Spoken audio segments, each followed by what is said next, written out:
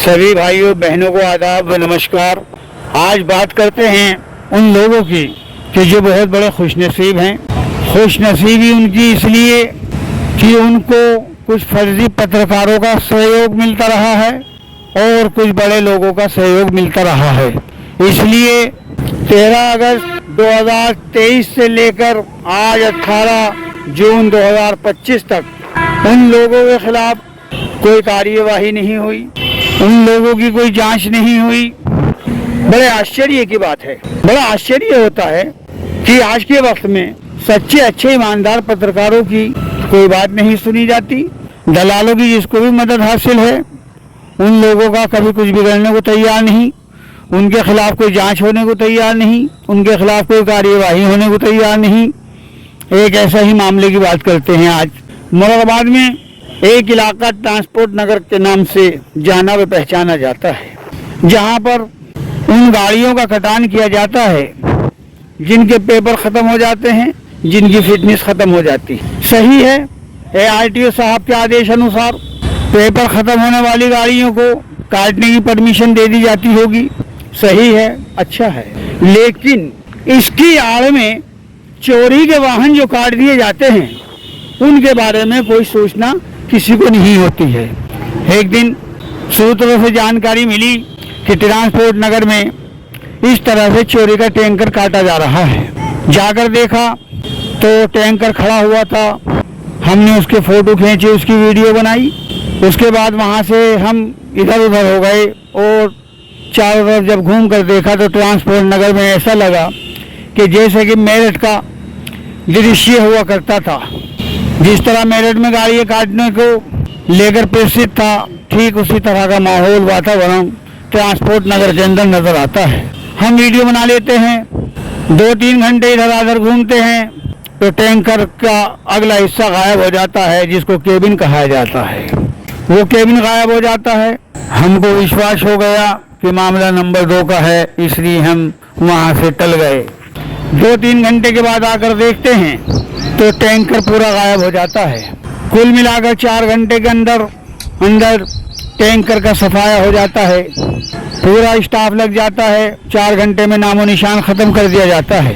हम बराबर वीडियो बनाते रहते हैं, कभी किसी आदमी के जरिए बनवाते, कभी किसी के जरिए बनाते हैं। हम भी अलग अलग चेहरे के द्वारा वीडियो बनाते हैं और कवरेज कर लेते हैं। ये खबर हम कवरेज कर लेते हैं। उसके बाद इस खबर को मैं एक ग्रुप में डालता हूँ, व्हाट्सएप पर शेयर करता हूँ, एक्स वे पर ट्वीट करता हूँ। उसके बाद को हराम समझता है उन फर्जी पत्रकारों में, उन दलालों में जो अक्सर वहाँ से दलाली लेकर खाते रहे हैं, जिनके संरक्षण में वहाँ पर गाड़ियाँ काटी जाती रही हैं और मामले को दबाया जाता रहा है, छिपाया जाता रहा है। जिस संपादक ने मेरा कार्ड प्रेस का जारी किया था, उस संपादक साहब ने इस गाड़ी काटने वाले गिरोह से संपर्क किया। गाड़ी काटने वालों ने मेरे संपादक से संपर्क किया। मामला आपसी लोगों का, इनके ताल्लुकात का निकल जाता है। संपादक मेरे होने वाले संपादक के ताल्लुक के लोग होते हैं, उनसे समझौते की इन लोगों की बात शुरू हो जाती है। वो मेरे संपादक थे, उनमें और गाड़ी काटने वाले गिरोह में समझौता हो जाता है।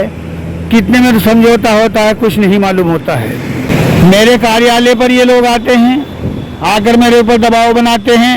उसमें संपादक भी होते हैं और यूनियन के सभी लोग आते हैं और आकर मुझे दबाव में लेते हैं, प्रेशर बनाते हैं कि आप इस वीडियो को डिलीट कर दीजिए, नहीं तो बात खराब हो जाएगी, ये हो जाएगा, वो हो जाएगा।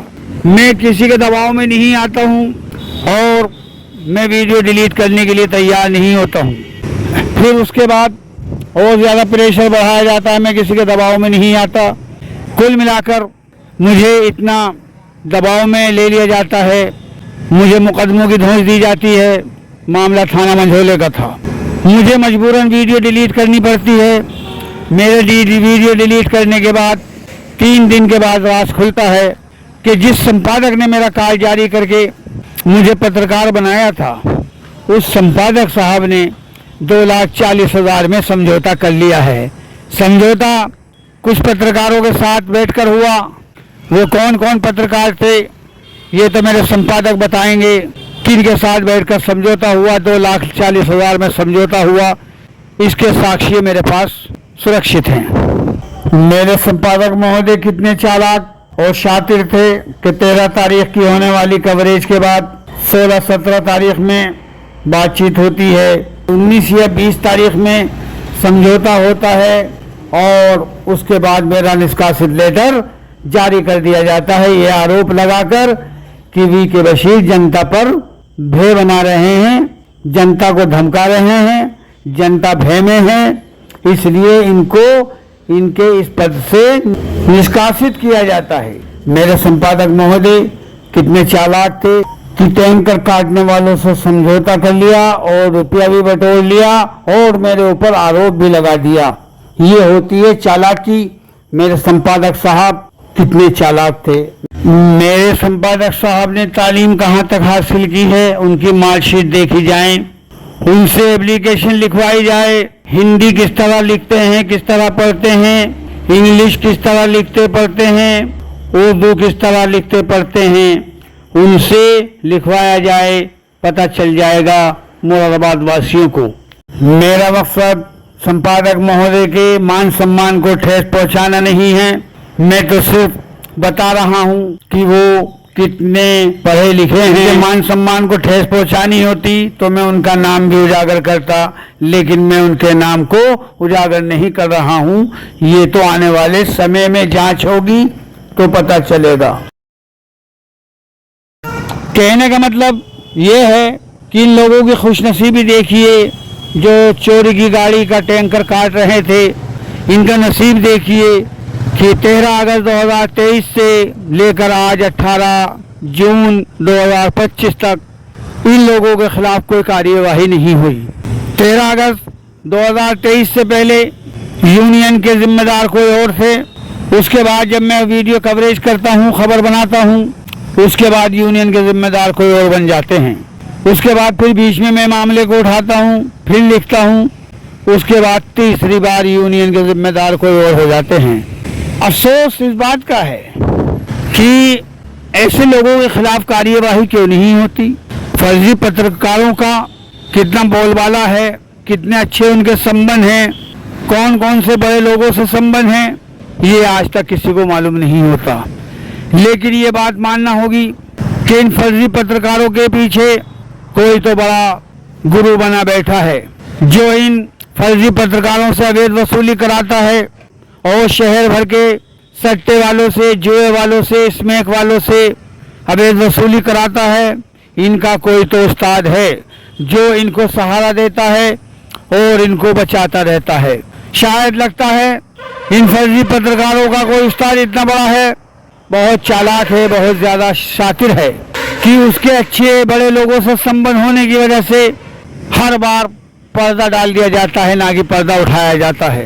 पर्दा क्यों नहीं उठाया जाता, इस चीज़ से, इस बात से कोई भी नावाकिफ नहीं है। हर कोई जानता है कि अगर इस केस से पर्दा नहीं उठ रहा है तो जाहिर सी बात है फर्जी पत्रकारों का बोलबाला है।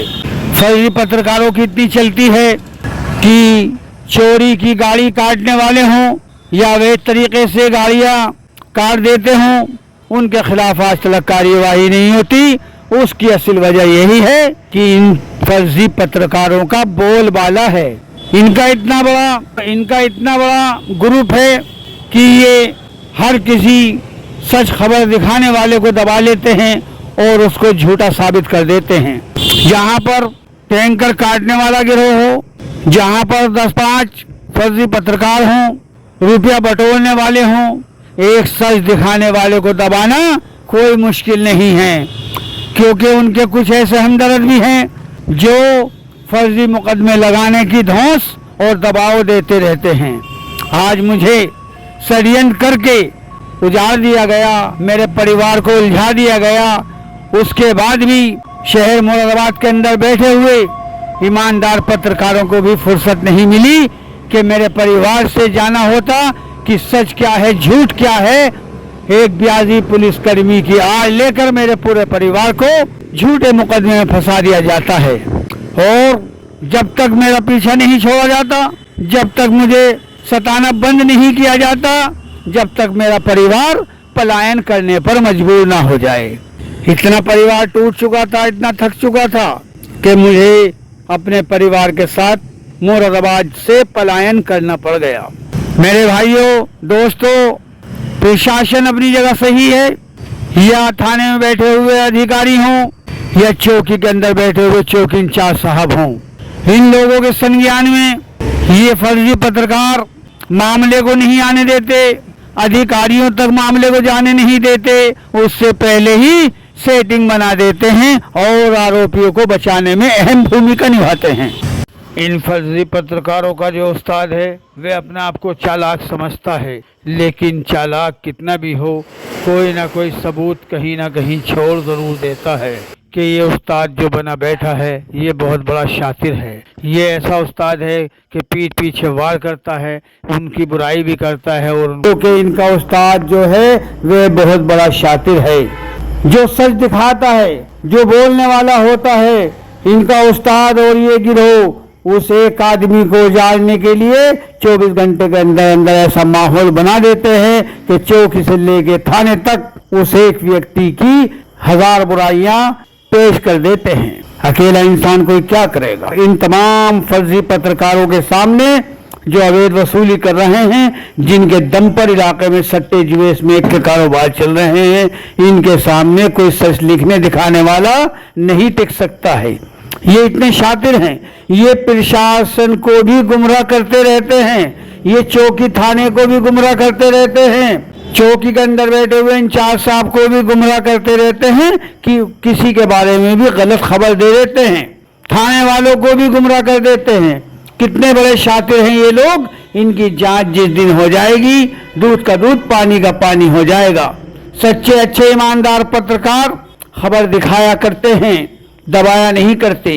और ये फर्जी पत्रकार 5-6 ऐसे हैं ट्रांसपोर्ट नगर में, इन्होंने अपना अच्छा सिक्का चला रखा है। इनका ऐसा सिक्का चलता है जो चाहते हैं वो ट्रांसपोर्ट नगर की यूनियन कर रही है। इन दलालों के दावे और इनके उस्ताद के दावे रहते हैं कि हम जिसको चाहें जब चाहें जिस थाने से चाहें बंद करा सकते हैं।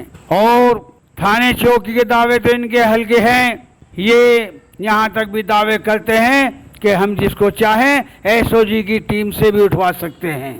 इन लोगों के दावे सच भी साबित होते हैं, क्योंकि ये लोग किसी को भी बंद करा देते हैं।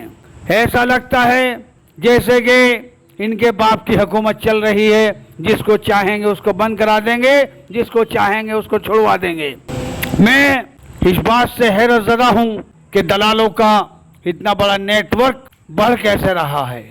आज इन दलालों का नेटवर्क बढ़ रहा है तो इसके पीछे इनके उस्ताद के साथ साथ बहुत ऐसे बड़े चेहरे हैं जो इनकी मदद करते आ रहे हैं। मुरादाबाद करोला क्षेत्र में एक दलाल तो ऐसा है कि जो ऊपर तक अपनी पहुंच रखता है, उसके सामने बड़े बड़े लोग फेल हो जाते हैं। वे छोटी मोटी दलाली नहीं खाता, वो लाखों रुपए की दलाली खाता है। करोला क्षेत्र के रहने वाले दलाल की बात की जाए तो वे दलाल इतनी पावर रखता है, ऐसे ऐसे लोगों से अपने ताल्लुक़ रखता है कि जो एक टेलीफोन पर भी किसी को भी बर्बाद करा देता है, किसी को भी बंद करा देता है। ऐसे लोगों की जांच नहीं होती, अफसोस की बात है। प्रशासन से हाथ जोड़कर गुजारिश है कि ऐसे लोगों की जांच होनी चाहिए। जो लोग आपराधिक गतिविधियों में लिप्त हैं वो आज अपने आप को बहुत बड़ा किंग बनकर दिखा रहे हैं। ऐसे लोगों की जांच क्यों नहीं होती है? होनी चाहिए। तमाम ईमानदार पत्रकार साथियों से गुजारिश करता हूं कि जो लोग दलाल हैं, जो फर्जी पत्रकार हैं, उनके खिलाफ आप लिखिए, आपका अधिकार है, आपका हक है सच लिखने का, सच दिखाने का। अगर सच्चे ईमानदार पत्रकार सच नहीं लिखेंगे तो फिर सच लिखेगा कौन? अगर आज इन दलालों का कुछ नहीं बिगड़ रहा है, इनके खिलाफ कोई कार्यवाही नहीं होती है, तो उसकी असल वजह है बड़े बड़े लोगों की मदद इनको हासिल है। बड़े लोगों को इनसे क्या लालच है, उनका क्या स्वार्थ है? मौज मस्ती के लिए, उनके ऐशो आराम के लिए हर प्रयास करते हैं ताकि इनके बड़े गुरु जो हैं वे खुश रहें, उनकी रातें खुशगवार गुजर जाएं, उनकी रातें मस्ती भरी गुजर जाएं। इन दलालों का ज़मीर ख़त्म हो चुका है, इनका कोई यकीन नहीं है, ये कब कहाँ किसके साथ धोखा कर दें, किसके साथ जुल्म कर दें, इनके बारे में कोई अनुमान नहीं लगाया जा सकता है।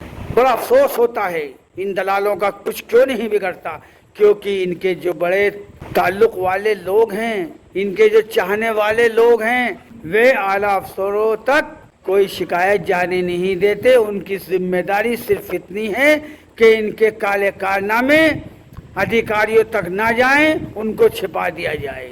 इनके जो परिचित बड़े लोग हैं, उनकी जिम्मेदारी सिर्फ और सिर्फ इतनी है कि इनके काले कारनामों को छिपा देना उनका अव्वलीन फर्ज है, क्योंकि उनको इनके द्वारा ही मौज मस्ती करने का अवसर मिलता है। उनकी तिजोरी में अगर नोट जाते हैं तो इन दलालों के दिए हुए ही जाते हैं। इन दलालों के जरिए ही तो कारोबार चल रहा है।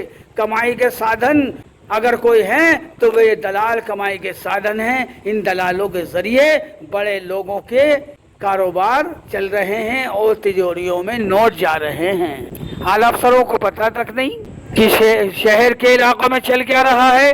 दलालों की मनमानी हो रही है, दलालों का बोलबाला हो रहा है, फर्जी पत्रकारों की वाहवाही हो रही है। फर्जी पत्रकारों के सामने कोई कुछ बोलने को तैयार नहीं है। आज की इस वीडियो के बाद देख लेना भाइयों, मेरे खिलाफ चौकी में, थाने में सैकड़ों एप्लीकेशन दे दी जाएंगी। अब ये फर्जी पत्रकार और दलाल एक बैठक करेंगे और इस बैठक में फैसला लेंगे कि वी.के. बशीर को किस किस थाने से उठवाना है, किस तरह उठवाना है। अधिकारियों में मेरे खिलाफ तरह तरह की शिकायतें दी जाएंगी, झूठे आरोप लगाए जाएंगे। ये सब मिलकर हम मेरे खिलाफ एक नई योजना तैयार करेंगे और मुझे झूठे मुकदमे में फिर 2-4 जगह से फंसवाने का प्रयास करेंगे। कि शहर के ईमानदार पत्रकार साथियों से गुजारिश है कि इन फर्जी पत्रकारों के खिलाफ लिखें, इन दलालों के खिलाफ लिखें जिन्होंने माहौल ख़राब कर रखा है। इन दलालों के खिलाफ लिखना चाहिए, क्योंकि सच्चे ईमानदार पत्रकारों का हक होता है। सच लिखें, सच दिखाएं। इसी के साथ लेता हूँ सबसे इजाज़त। जय हिंद, जय भारत।